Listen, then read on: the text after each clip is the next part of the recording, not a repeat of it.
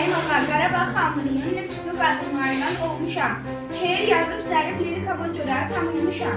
Mən Banu Çiçək, Oğuz elinin igid və gözəl qızıyam. At çapmaqda, ox atmaqda oğlanlarla bərabərəm. Dədə Qorqud dastanının o qadın obrazlarından biriyəm. Mən Tadlı Sultan, Şah İsmailin xanımıyam. Əsl adım Şah Bükədir. Üzvləri qadınlardan ibarət olan Bacılar Təşkilatının lideriyəm. Burada ox atmağı, at çapmağı, qılınc atmağı öyrədilir. Mən tam isə Massavetlilərin hökmdarı olmuşam. Xalqımı qorumuşam. Qədim dövrün ən güclü qadın sərkərdələrindən biri olmuşam. Mən Ağqoyunlu dövlətinin qadın sultanı Saray Xatuna dövlətdə diplomatik danışıqlar aparmış, müharibələrin qarşısını almağa çalışmışam. Türk dili və ədəbiyyatın inkişafına böyük xidmət göstərmişəm. Tam bəyin qadını Qara Qoyunlu, Qahan Şahının xanımı olmaqla ona dövlət işlərində kömək etmişəm.